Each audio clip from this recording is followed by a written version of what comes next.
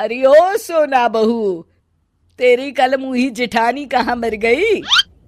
सुबह से नजर नहीं आ रही। माँ जी, वो कल मुही तो मेरा मतलब है मेघा भाभी तो सुबह सुबह अपने मायके चली गई। उनके पापा की तबीयत खराब है। अच्छा, तभी कहूँ दिखाई क्यों नहीं दे रही, वरना तो रोज सुबह उसकी शक्ल देख के दिन खराब हो जाता है।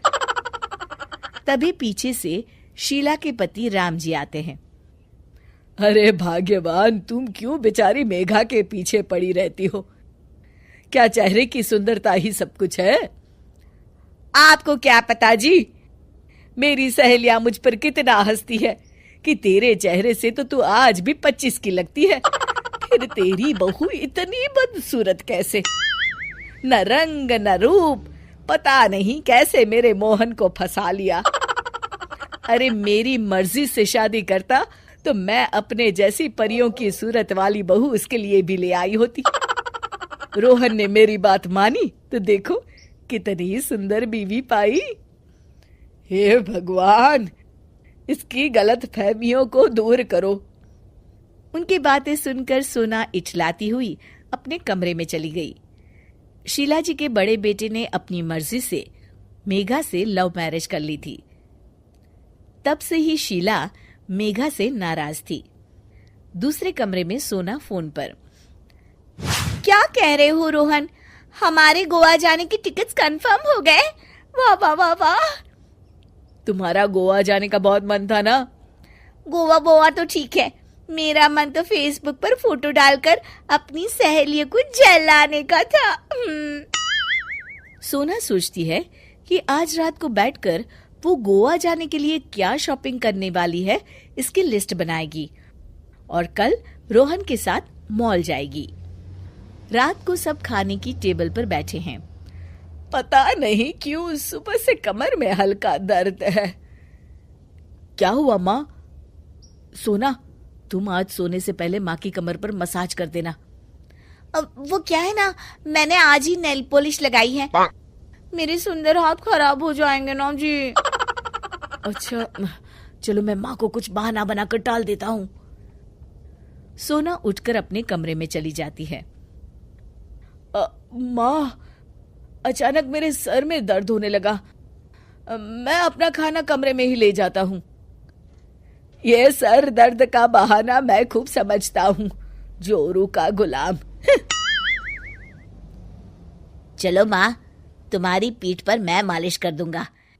मेघा यहाँ रहती है तो वैसे भी तुम्हारी सेवा का मौका किसी को नहीं मिल पाता। अच्छा ही है ना, वो नहीं है, मुझे चिंता लगी रहती है उसके हाथों का रंग मुझ पर ना चढ़ जाए। हे भगवान। अगली सुबह, अरे रोहन, आज इतनी जल्दी ऑफिस जा रहा है? हाँ माँ, आज जल्दी वापस आ जाऊंगा। सोना को थोड़ी शॉपिंग करवानी है, कल हम लोग गोवा जा रहे हैं ना 3-4 दिनों के लिए। अरे बेटा, मैं तुझसे आज डॉक्टर के यहाँ चलने के लिए कहने वाली थी, मेरा कमर दर्द तो बढ़ता ही जा रहा है। अब माँ, आप मोहन भैया के साथ चली जाओ ना। अरे बेटा, मोहन तो सुबह 5 बजे ही ऑफिस के काम से दूसरे शहर चला गया। भैया तो रात तक आ जाएंगे माँ, आप कल उनके साथ चली जाना। दत्त तेरी की, मोहन को भी आज ही बाहर जाना जरूरी था क्या? रात को जब सोना और रोहन शॉपिंग करके आते हैं तो देखते हैं कि शीला जी बिस्तर पर हैं और घर में डॉक्टर आया है। बेटा, तुम्हारी माँ को डॉक्टर ने 1 हफ्ते के लिए बेड रेस्ट करने को कहा है। तो बेटा, तुम लोग अगर अगले हफ्ते गोवा चले जाते तो? नहीं पिताजी, माँ जी की तबीयत तो खराब होती ही रहती है, पर घूमने के लिए बाहर जाने का प्लान तो मुश्किल से बन पाता है। आप कोई नर्स रख लीजिए ना। ये सुनकर शीला जी की आंखों में आंसू आ जाते हैं। मोहन मेघा को फोन करके सब बताता है। अरे, आपने मुझे पहले क्यों नहीं बताया? यहाँ पिताजी की तबीयत में सुधार है, फिर यहाँ माँ और भाभी भी तो है उनकी देखभाल के लिए।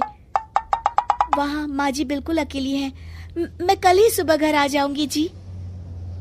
मोहन सारी बात शीला जी को बताता है। अगली सुबह, माँ जी हम लोग ना बस कुछ दिनों में वापस आ जाएंगे, तब तक आप मैनेज कर लीजिएगा। हाँ, वैसे भी मेघा दीदी मायके गई हुई है, आखिर घर की सारी जिम्मेदारी मेरे अकेले की तो नहीं है ना। इतना कहकर वो घर से निकलने लगते हैं। तभी मेघा घर में आती है। भाभी आप? हाँ भैया, आखिर दोनों घर मेरे अपने ही तो हैं। जैसे मेरे पापा की तबीयत बिगड़ने पर मैं तुरंत वहां चली गई थी, वैसे ही माँ जी की तबीयत के बारे में सुनकर मैं खुद को रोक नहीं पाई। अब चले, फ्लाइट ना छूट जाए। हाँ चलो चलो। मेघा आगे बढ़कर शीला जी के पैर छूती हैं। शीला जी उसे झट से गले लगा लेती हैं। माँ जी, आपकी तबीयत को क्या? अब तू आ गई है ना, मेरी तबीयत अपने आप ठीक हो जाएगी बेटा। आप ठीक ही कहते थे जी, असली सुंदरता तो गुणों से होती है। मेरी कोई बेटी नहीं है, पर आज मुझे अपनी बड़ी बहू में अपनी बेटी मिल गई। अरे ऐसे व्यवहार और विचारों पर तो 100 रूप कुर्बान। शिक्षा, हमारे गुण और व्यवहार ही हमारी असली सुंदरता है।